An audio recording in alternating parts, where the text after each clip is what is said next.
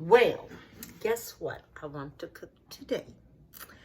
So, I had a client who told me about her uncle or her daddy or someone used to fix chitlins in the oven. I've never done it, but I'm going to try this here. And I want y'all to go on this little trip with me.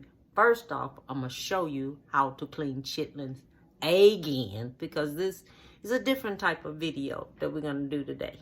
So, these chitlins right here are already clean. I already cleaned them, okay? But I'm going to show you up close, okay, the way I do chitlins, okay? Now, let me bring this here right here, because I don't want this mess all over everywhere. Now look, when you see your chitlins, what you want to do, you want to separate this part right here is what you eat, this. This is the skin that covers the chitlins that you're going to have to find. Now what make it easier to clean these chitlins is to take and heat your water up. When you take them out the bucket and they frozen in that red bucket, because these are the ones come out the red bucket. I don't buy the ones in the bag. I buy the ones in the bucket and things, because you know you still got to clean chitlins no matter what. So you get your chitlins. Make sure you get all of this here from all right here when you do it, okay? All this here come off everywhere. And then you take and pull this apart from there, just like this, okay?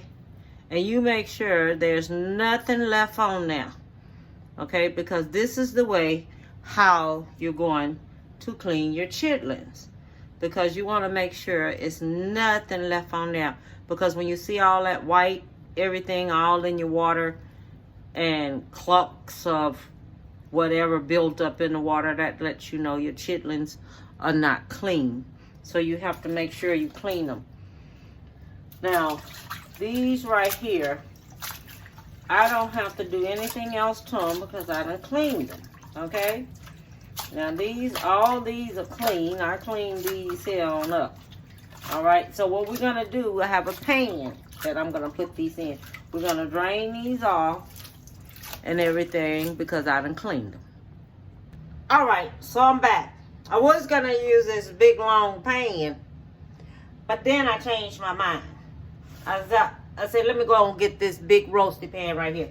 Now remember, I saw my brother. Y'all remember my brother? He did this one called Texas Red Chitlins. I mean, there was some good chitlins. I ain't gonna lie. I'm not gonna lie. There was some good chitlins.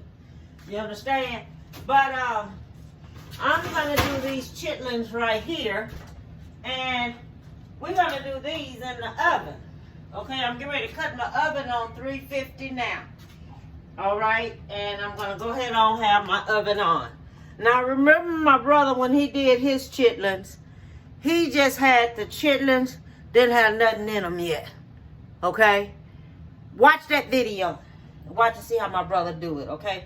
Now, what we have here, we have chicken broth. This is what we're going to cook it in, is some chicken broth. Okay? I've cut up all of my ingredients here. Green bell pepper, yellow bell pepper, red bell pepper, orange bell pepper, and I have a scallop onion cut up right here. I have 3 garlic cloves cut, 3 garlic cloves right here. I'm going to smash these in a tick. And I have me a white onion right here, okay? And I have some Creole seasoning right here. I have this. I have cloves because I love how cloves taste on chitlins. It's just me. You don't have to use it. I have salt and pepper right here. Is a blend of salt and pepper right here. And I have me some vinegar. All right? The vinegar, it helps with your high blood pressure when you put them in these chitlins, okay? Also, too, it does something to the chitlins to make that flavor come out a little bit more, Okay?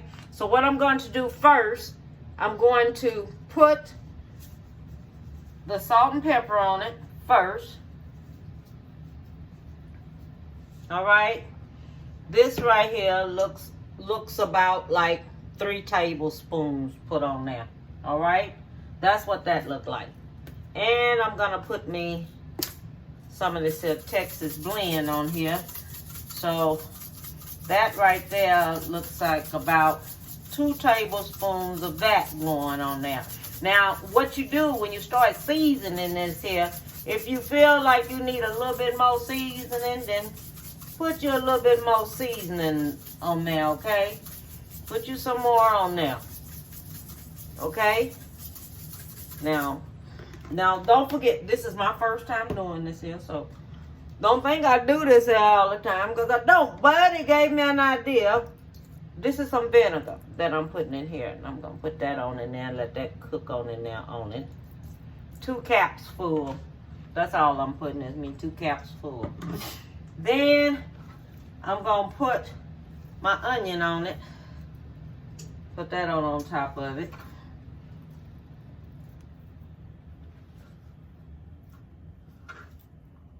Put this all on top.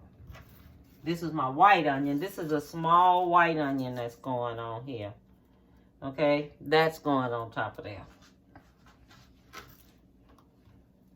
My orange bell peppers. That's going on.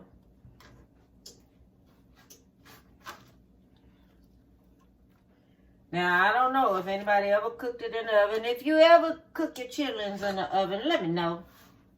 Let me know. And let me know what you did to it or whatever. But I've never heard of it. I always hear people putting them chitterlings on top of that stove. And fixing them chitterlings on top of that stove. And let them cook all on top of the stove. Oh, yeah. Forgot to put me some of these cloves in there. So I'll just take me some cloves and just sprinkle them on there. Because it makes it have a totally different kind of taste when you cook that in there on there. And this right here is my garlic.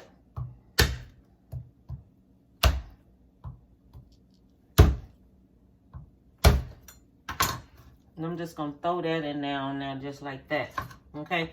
And I'm gonna go get me some bay leaves off of my tree outside before it gets too dark, because it's about 7 something at night that I'm starting this here off.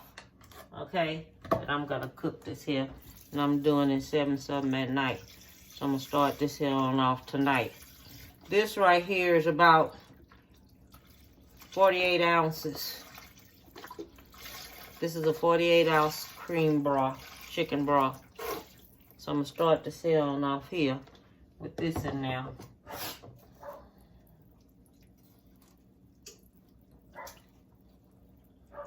And I'm going to put this on in the oven and let this here go ahead on and cook.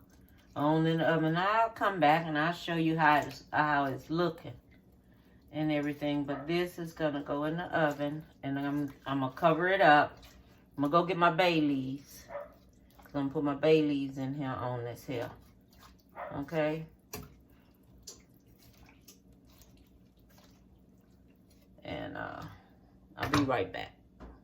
Okay, I went outside and I got me about 3 of these bay leaves from off of my tree from outside. So I'm putting that on in there just like that.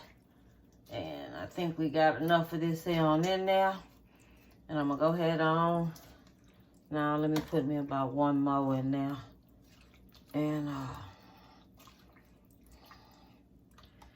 going to let this here go ahead and cook a little bit. And I'm going to come back and check it in a little bit. Let me go ahead and put me about, what is this here, 32 ounce. I'm going to put me about a 32 ounce one in there.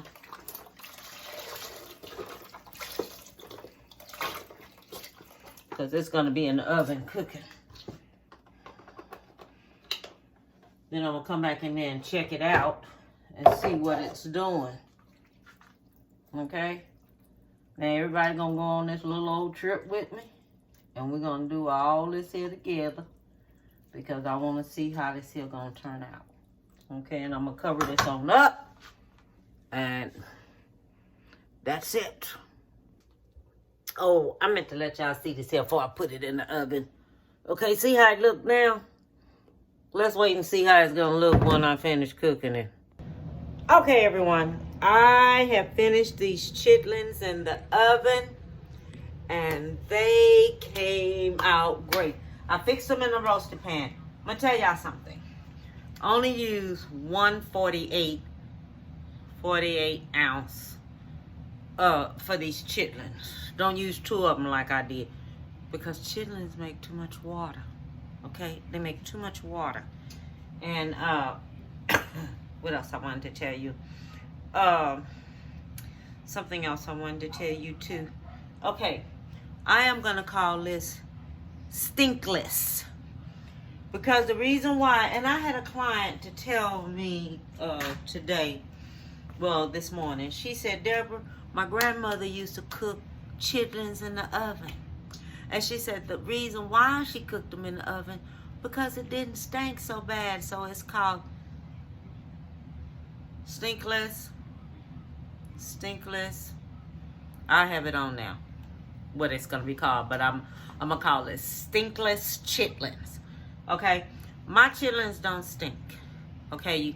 You can't smell them. Now, if you clean chitlins good, you won't be able to smell them. And if you season it up right and have the right stuff in there, you won't need potatoes or anything in there. You won't need that in there because it's all about cleaning and seasoning.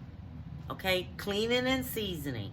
Like when my brother did his chitlin, and he called them Texas red chitlin. Man, there was some good chitlin. Good chitlin. We didn't even smell them even cooking. You can't smell chitlins cooking if you clean them good. Okay? So, this is how, let me see if I can get this here on here. Let me show y'all. This is the chitlins in the roasty pan. Okay? They came out excellent. They are so good, okay? These are the chitlins. I fixed them in this roasty pan. And they came out excellent. So I just want to tell y'all that. And then I'm going to show y'all what I have to go with it because I just put it together. So I'll be right back to show you. So this is everything I fixed. I fixed the chitlins, the collard greens and candy yam. And I put me some hot sauce on that chitlins. And I fixed apple pie. And I fixed cornbread to go with it. Now, this is my meal for my family them today. My daughter's supposed to be coming over as soon as she finished what she's doing. She's going to come over and she can't wait to eat. She didn't know I fixed all these side dishes. She thought I was just cooking chitlins, but I didn't. I tricked her.